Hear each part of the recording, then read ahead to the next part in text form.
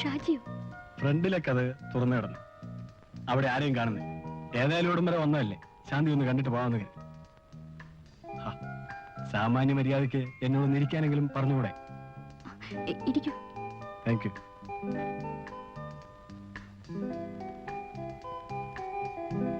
ഷാജി കൂടെ കൂടെ ഇവിടെ വരുന്നത് മറ്റുള്ളവർക്ക് തെറ്റിദ്ധാരണയ്ക്കിട വരും. ഉപദ്രവിക്കണമെന്ന് കരുതിയല്ല, കാണണമെന്ന് തോന്നിയാൽ പിന്നെ ഞാനൊന്നും ആലോചിക്കാറില്ല, ഇങ്ങ് പോരും. എന്റെ സ്ഥിതി ഷാജിക്ക് അറിയാൻ പാടില്ല. എന്റെ കുഞ്ഞാലിക്ക ഒളിവിലാണ്. ചേട്ടനാണെങ്കിൽ പിടിച്ചേ അടങ്ങുന്ന വാശിയിലാണ്. എന്റെ ദുഃഖം ആരോട് പോയി പറയും? ശാന്തിയുടെ ദുഃഖം എനിക്ക് മനസ്സിലാവുന്നുണ്ട്. I can understand it. ഓരോരുത്തരുടെ വിധി ഓരോ വിധത്തിലല്ലേ. അപ്പോ ചേട്ടൻ എപ്പോഴാ വരിക? ചേട്ടൻ കുറച്ച് ലേറ്റായിട്ടേ വരൂ.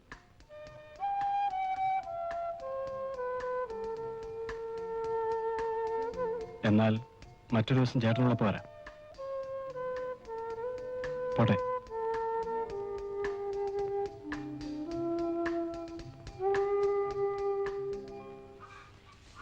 ഞാൻ പോട്ടെ അമ്മേ. മോനെ, ജോലി കഴിഞ്ഞോണ്ട് മോനിഞ്ഞു പോരണം. ചുമ്മാ യൂണിയൻ മഴക്ക് നമുക്ക് വേണ്ട കേട്ടോ. എന്തായാലും എന്ത് പറ്റി? ഞാൻ എന്നേക്കുമായി എന്റെ വീട് ഉപേക്ഷിച്ചു. ഇന്നു മുതൽ ഇതാണ് എന്റെ വീട്.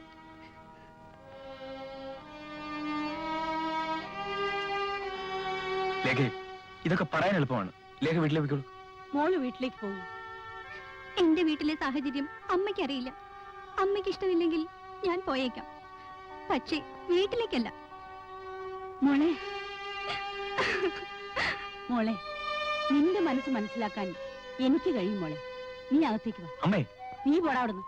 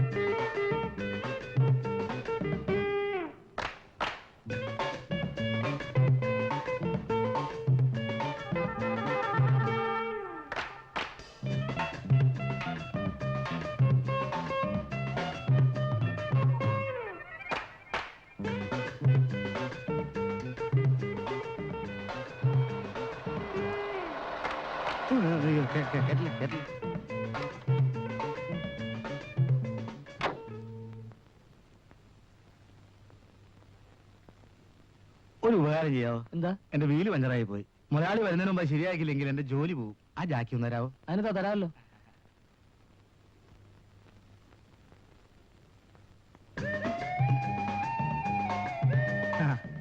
വളരെ ഉപകാരം.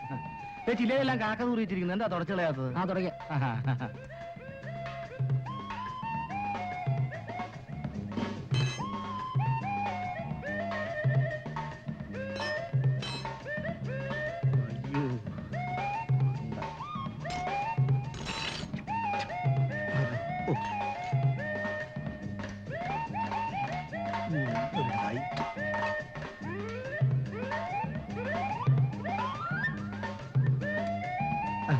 ആശാനെ ഒരു 5 രൂപ തന്നെ. മുതലാളി വരുമ്പോ തരാൻ കേട്ടോ. ഇവരൊരു കാര്യം, ഈ വണ്ടി ഒന്ന് സൂക്ഷിച്ചേക്കണം. ധാരാളം കള്ളന്മാരുള്ള സ്ഥലമാ. വണ്ടി പോവും. ശരിയായിക്കോളാം.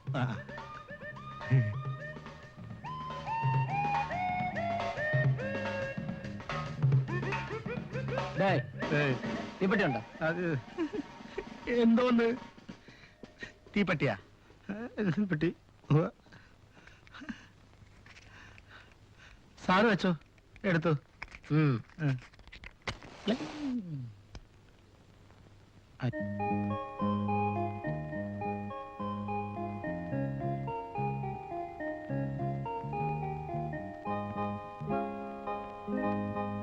പണവും പ്രതാപവും നോക്കിയാണെങ്കിൽ നമ്മൾ തമ്മിൽ അടുക്കുകയില്ലായിരുന്നല്ലോ. അതുകൊണ്ടല്ല, ഇന്ന് വരെ നീ ജീവിച്ച ചുറ്റുപാടുകൾ നാളെ നിനക്ക് പൂർണ്ണമായും മറക്കേണ്ടി വരും. അന്ന് വിഷമമുണ്ടാകരുത്. ഒരു നിമിഷത്തിന്റെ ആവശ്യം കൊണ്ടൊന്നുമല്ല ഞാൻ സേതുവിനെ സ്നേഹിച്ചത്. എല്ലാം ആലോചിച്ചിട്ടാണ്. ഇന്നത്തെ ചുറ്റുപാടിൽ ഞാനും നിന്റെ അച്ഛനും ശത്രുക്കളാണ്. നീ എന്നെ വിവാഹം ചെയ്താൽ നാളെ അച്ഛനാണോ ഭർത്താവാണോ വലുതെന്ന് നിനക്ക് തീരുമാനിക്കേണ്ടതായി വന്നാൽ? അങ്ങനെയൊക്കെ ചിന്തിച്ചാൽ ഒരവസാനവും ഉണ്ടാവില്ല. പണത്തിന് മനുഷ്യനേക്കാൾ വില കൽപ്പിക്കുന്ന അച്ഛൻ, ധൂർത്തടിച്ച് ലക്ഷ്യമില്ലാതെ നടക്കുന്ന ചേട്ടൻ. ഒരാശ്വാസം അമ്മയായിരുന്നു. ആ അമ്മയെയും അച്ഛൻ കൊന്നു. ലേഖേ, അതെ, ഓർമ്മ തെളിഞ്ഞ കാലത്ത് ഞാൻ ഈ കണ്ണുകൾ കൊണ്ട് കണ്ടതാണ്. എന്നിട്ടും ഞാൻ ആ മനുഷ്യനെ ഡാഡിയെന്ന് വിളിച്ചു, സ്നേഹിച്ചു. പറഞ്ഞാൽ ഏറെ പറയാനുണ്ട്. ഇതൊന്നും എനിക്കറിയില്ലായിരുന്നു. ആർക്കും ഒന്നും അറിയില്ല.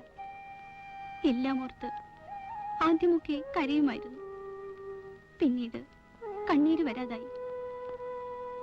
അതുകൊണ്ട് ഒന്നും ആരെയും അറിയിക്കാതെ ചിരിക്കാൻ പഠിച്ചു. നീ വിഷമിക്കട്ട.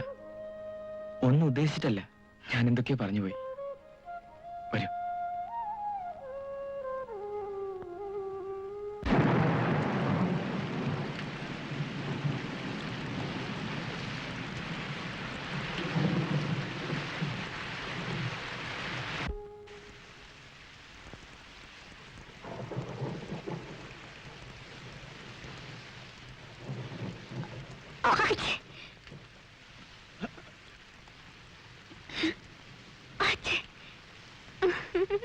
ജലദോഷം പിടിക്കണ്ട, ഞാൻ പോയി ടൗൽ എടുത്തോണ്ടിരാം.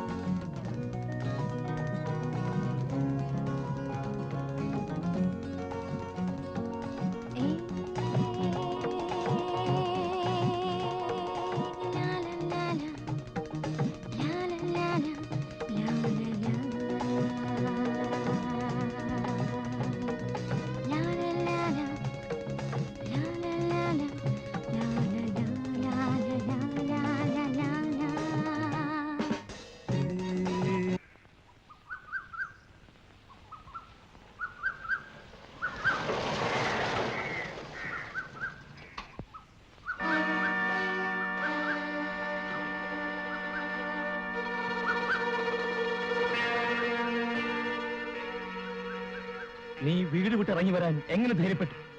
മോളെ, കഴിഞ്ഞതൊക്കെ കഴിഞ്ഞു. വരും, വീട്ടിലേക്ക് പോകാം. ഞാൻ വരുന്നില്ല. ആ നരകത്തിലേക്ക് ഞാനില്ല.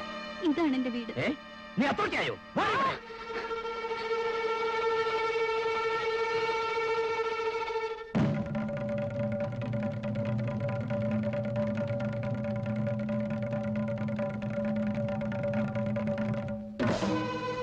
വിടറാവനെ.